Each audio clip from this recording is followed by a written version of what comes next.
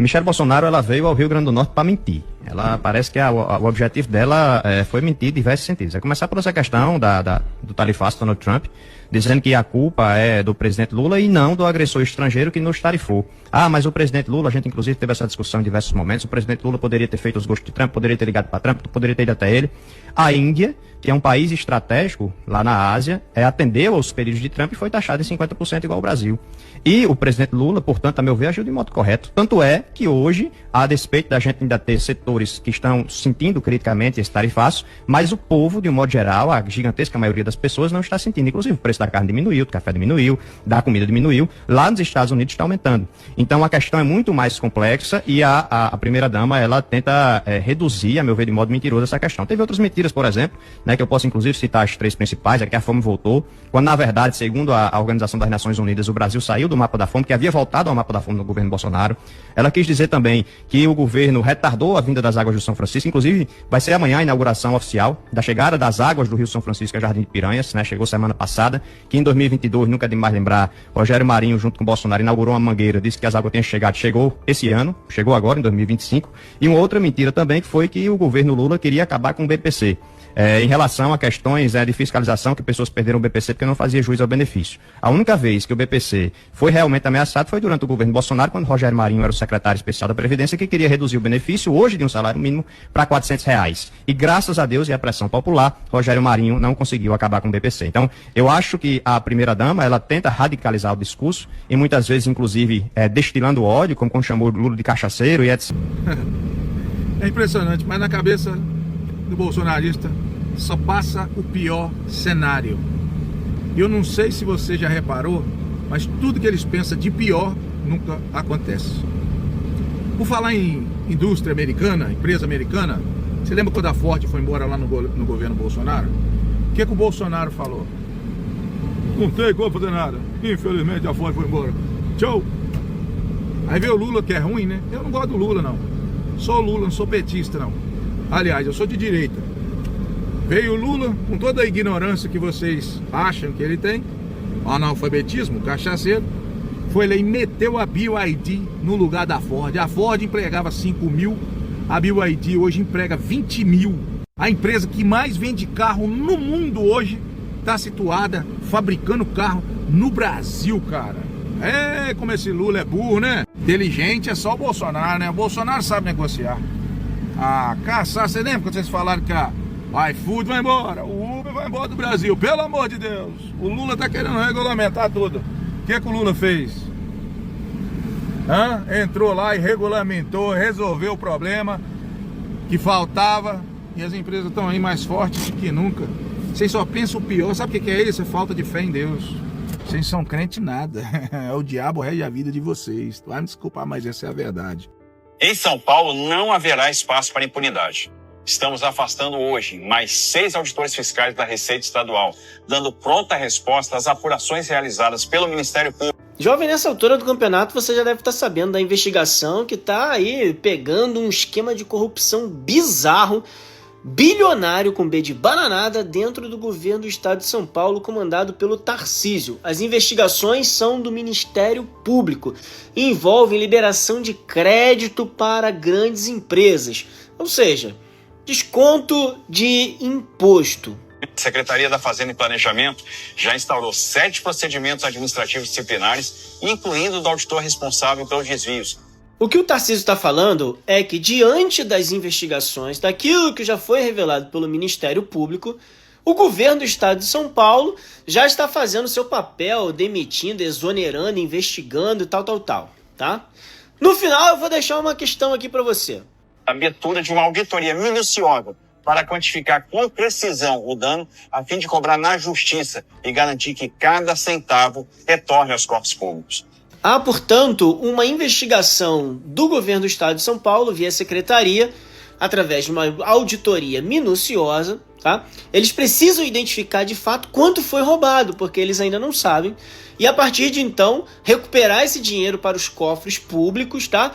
E prender geral o que fez essa roubalheira, beleza? Beleza. Agora vamos fazer um questionário. E se o Tarcísio fosse do PT e estivesse falando e fazendo exatamente essa mesma coisa? Por que o governo de São Paulo não conseguiu identificar essa roubalheira generalizada dentro de uma das suas secretarias? Por que foi o Ministério Público que investigou e conseguiu descobrir isso? Não há, dentro do governo de São Paulo, um setor, uma controladoria específica para impedir esses casos de corrupção? Esse esquema de corrupção passa pela Secretaria do Governo Tarcísio e por empresas privadas. Isso só para lembrar para você que todo o processo de corrupção envolve agentes públicos e privados. Não ache que privatização, que deixar tudo na mão do mercado vai acabar com a corrupção. Isso é só um sonho juvenil.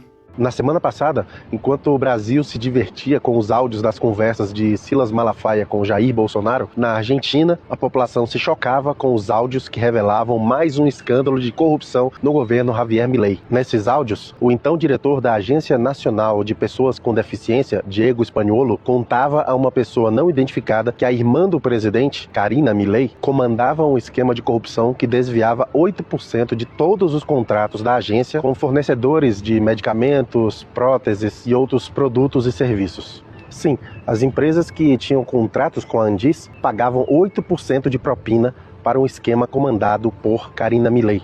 Essa agência, vale lembrar, possui um dos maiores orçamentos do Estado argentino por conta do seu caráter de atuação transversal. Aqui vale lembrar que Karina Milei é a secretária-geral da Presidência da República na Argentina. Mas ela só chegou a esse cargo porque no seu primeiro ato como presidente, Javier Milei modificou a lei de nepotismo, para que assim pudesse nomear a irmã para um cargo com status de ministra. Segundo o próprio Spagnuolo, esse esquema rendia algo entre 500 mil e 800 mil dólares por mês para Karina Milei, desde o início de 2024. Na sexta-feira, 22 de agosto, um dia depois da demissão de Spagnuolo, a Justiça Argentina determinou à polícia a realização de operações de busca e apreensão em 14 endereços diferentes. Do ex-diretor da agência, foram apreendidos 2 celulares, um computador, vários documentos e até uma máquina de contar dinheiro. Com o empresário Emanuel Kovaliker, dono de uma das empresas envolvidas no esquema, foram encontrados 240 mil dólares em espécie, além de 7 milhões de pesos, mais ou menos 6 mil dólares,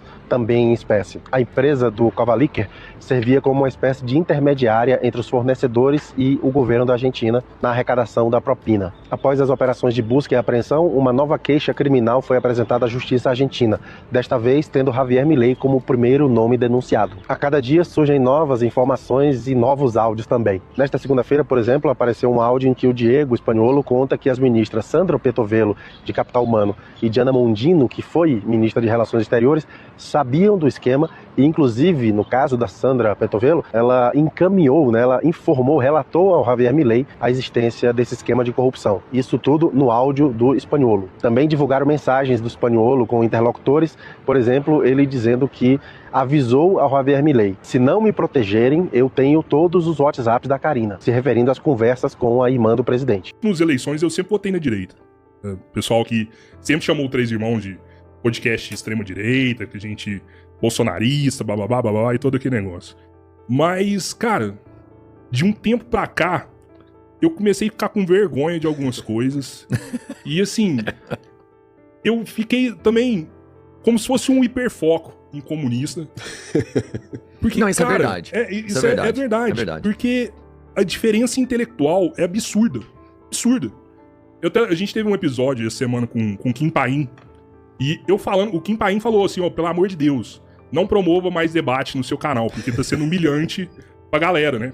E eu falei, já que você tá falando isso, me indica alguém bom pra debater, porque eu tô na busca disso aí, eu quero equilibrar esse jogo, né? Uhum. E até o Kim Paim virou pra mim e falou assim, não tem. Eu falei, como assim, cara? Ele falou assim, não tem um cara da direita hoje que tenha a capacidade de um intelectual da esquerda pra debater. A diferença é muito grande. E eu tenho percebido isso também, sabe? Ele não é uma pessoa normal, ele é um gênio. E a senhora disse que não viu esse país que eu falei acontecer. O seu motorista viu. O seu jardineiro viu. A sua empregada doméstica viu.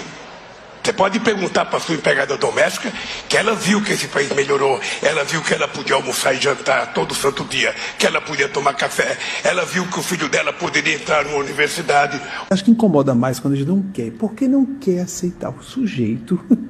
Mal foi letrado. Chega à presidência da República receptivo a ideias que são complexas. E você não sabe o prazer que eu tenho de ter sido um presidente que não tem diploma universitário, que tirou a Universidade Brasileira de 3,5 milhões de estudantes para 8 milhões de estudantes.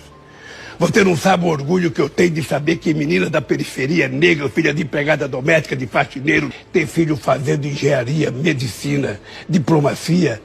Tem um carisma excepcional. Visivelmente é uma pessoa do bem. Quem não enxerga em Lula ele ser uma pessoa do bem, me soa suspeito. Como é que você não enxerga que é uma pessoa do bem? Eu queria que você apenas compreendesse que a lei de cotas é o pagamento de uma dívida que o Brasil tem de 350 anos de escravidão.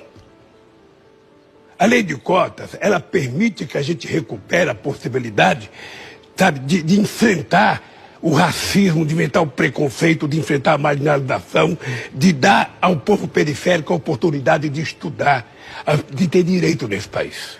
Vocês sabem quando que eu deixei de ser bolsonarista? Em 2018 eu estava com uma viagem marcada para o Nordeste, meu pai mora lá, e aí o meu amigo disse, você vai com uma missão, conquistar o voto de seu pai para Bolsonaro. Chegando lá, eu fui convencer o meu pai. Mas pai, o senhor vai votar no Lula, o PT afundou o Brasil. Ele disse, meu filho, eu acho que você está falando de outro Brasil. Você esqueceu da sua infância?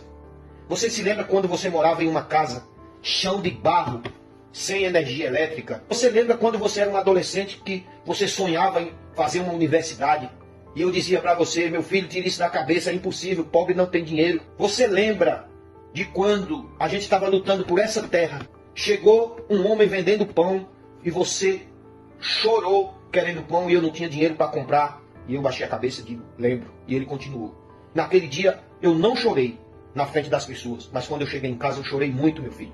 Depois do governo Lula, você está numa casa com luz elétrica. Não faltou pão um dia sequer para você nessa casa. E você saiu daqui para São Paulo com 18 anos para cursar uma universidade construída por Lula, com uma bolsa de estudo do ProUni, criado por Lula. E você reconhece que isso transformou a sua vida e as nossas vidas. A partir daquele dia, cara, eu seria muito covarde se eu continuasse aprisionado nessa visão pequena de mundo. Porque as realizações do governo Lula transformaram a minha vida, entende? A vida da minha família. Isso aconteceu com milhões e milhões de famílias no Brasil, principalmente no Nordeste. Por isso que hoje eu sou Lula. Olha, o Lula definiu ontem a nova marca do governo dele. Ao lado do povo brasileiro. Enquanto a gente defende o nosso país, eles estão numa crise gigantesca, desmoralizados. Saiu agora pesquisa Quest, com o pessoal que é nem Lula, nem Bolsonaro. Que é o primeiro número? 60% considera justa a prisão do Bolsonaro, contra 29% sobre a participação do Bolsonaro na tentativa do golpe. Gente, era 45% no ano passado, subiu para 52%, agora está em 58%. Quem acha que ele não participou, despenca para 15%. Aí quando compara Lula e Bolsonaro, não tem nem jeito. Sabe por quê, pessoal? Eles estão pagando o preço da trama golpista, da proximidade do julgamento, mas principalmente dessa traição nacional, do que fizeram contra o Brasil, essa aliança com Trump. Você sabe que outra pesquisa da Quest já indicava o seguinte, 69% acha que Eduardo Bolsonaro só trabalha para ajudar a família dele, para livrar Bolsonaro do julgamento. 71% estão contra Trump. 48% diz que Lula e o PT estão certos. E ontem teve uma reunião ministerial. Peço desculpas pela voz. O clima está muito seco aqui em Brasília e eu tenho falado muito. Essa reunião ministerial, nós temos uma figura, nós temos a sorte de ter um presidente com a estatura do Luiz Inácio Lula da Silva. Eu quando fico vendo Jair Bolsonaro, essa turma, esses candidatozinhos, Tarcísio, Zema, Caiado, Ratinho, quem tem dimensão política? Nenhum deles, para liderar o Brasil nesse momento. Lula sempre defendeu o povo trabalhador. Nós vamos fazer reforma do imposto de renda, mas ele está deixando o Brasil grande, defendendo nossas empresas, defendendo os nossos empregos. É isso aí, Lula, ao lado do povo brasileiro. Ontem você citou Getúlio Vargas. Nós vamos juntos construir novamente esse grande país sob sua liderança. E você, o que achou? Deixe sua opinião nos comentários, curta o vídeo e até a próxima.